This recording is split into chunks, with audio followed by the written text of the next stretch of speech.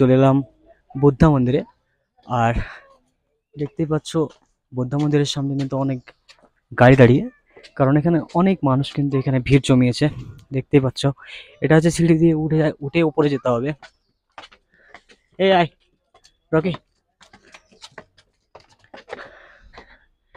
বাইরে থেকে দেখে অতটা ক্লিয়ারলি বোঝা যাচ্ছে না যে কত বড়, তবে বেশ মোটামুটি অনেক বড় ডিস্টেন্স নিয়ে এটা বানিয়েছে।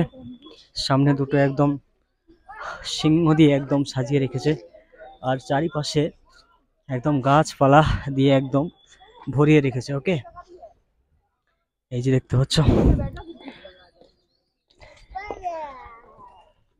এখানে কিন্তু অনেক ফুলের গাছ রয়েছে। দেখতে পাচ্ছ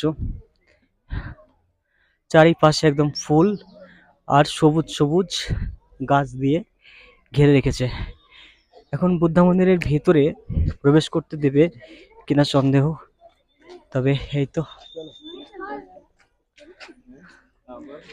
এটা হচ্ছে বুদ্ধ মন্দিরের বাইরে থেকে ভেতরের ছবি। এই যে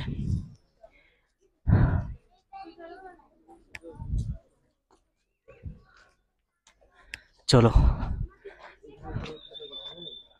সেই টেম্পল যেটা বুদ্ধ টেম্পল, দেখতে পাচ্ছ কত বড়, একদম সুন্দরভাবে বানিয়েছে। আর চারিপাশের ওয়েদারটা দেখো, জাস্ট অ্যামেজিং গাইস। পুরো একদম নেচার নেচার নেচার। একদম দূর থেকে দেখলে বোঝা যাচ্ছে যে একদম স্মোকে একদম ফ্লেভারের মতো চারিদিকে একদম থই থই করছে। আর এই হচ্ছে সেই টেম্পল মন্দিরটা। টেম্পল মানে একদম মন্দির, সেই টেম্পলটা ওই যে দূর থেকে দেখা যাচ্ছে। তো এখানে কিন্তু অনেক মানুষ দেখতে আসছে, আর ওই যে দূর থেকে দেখা যাচ্ছে দেখছো একদম কুয়াশার মতো একদম চারিদিকে থই থই করছে, বেশ দেখতে ভালোই লাগছে।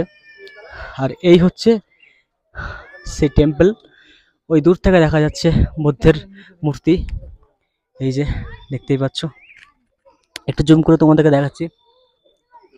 ওই যে দূর থেকে দেখা যাচ্ছে, এটা এখানকার অনেক বড় একটা টেম্পল যেটা তারা বলছে, এবং তারও আরও একটা বড় আছে, আমি জানি না কোথায়, তবে আছে একটা বড় মন্দির।